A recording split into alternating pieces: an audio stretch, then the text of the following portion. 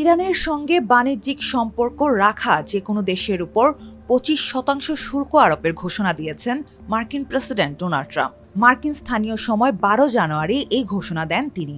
ইরানের উপর চাপ আরও বাড়ানোর লক্ষ্যেই এই পদক্ষেপ নেওয়া হয়েছে বলে জানিয়েছেন ট্রাম্প। ব্রিটিশ সংবাদ সংস্থা বিবিসি এই তথ্য নিশ্চিত করেছে।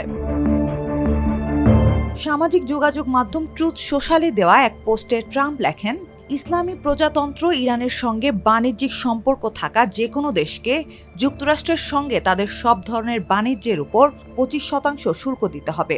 এই সিদ্ধান্ত অবিলম্বে কার্যকর হবে এবং এটি আমার চূড়ান্ত আদেশ। অর্থনৈতিক তথ্য ভান্ডার ট্রেন্ডিং ইকোনমিক্সের তথ্য অনুযায়ী ইরানের সঙ্গে প্রধান বাণিজ্যিক সম্পর্ক রয়েছে চীন, তুরস্ক, সংযুক্ত আরব আমিরাত ও ইরাকের। নতুন এই ঘোষণার ফলে এসব দেশের সঙ্গে যুক্তরাষ্ট্রের বাণিজ্যিক সম্পর্কে প্রভাব পড়তে পারে বলে মনে করছেন বিশ্লেষকরা। এর আগের দিনই ইরানের বিরুদ্ধে সামরিক পদক্ষেপের হুমকি দেয় যুক্তরাষ্ট্র। 12 জানুয়ারি হোয়াইট হাউসের প্রেস সেক্রেটারি ক্যারোলিন লেভিট বলেন, ইরান ইস্যুতে আলোচনার পাশাপাশি যুক্তরাষ্ট্রের হাতে একাধিক বিকল্প রয়েছে, যার মধ্যে একটি হলো বিমান হামলা।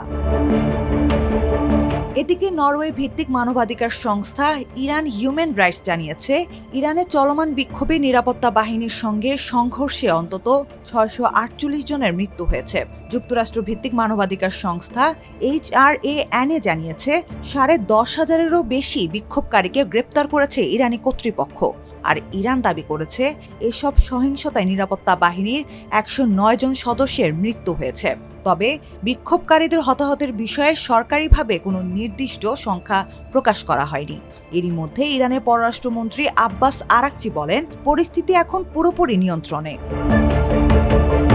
ট্রাম্পের সামরিক হুমকির জবাবে আরাকচি বলেন, আমরা যুদ্ধ চাই না, তবে যে কোনো পরিস্থিতি মোকাবেলার জন্য তেহরান সম্পূর্ণ প্রস্তুত। পাশাপাশি আমরা সংলাপের পথও খোলা রেখেছি।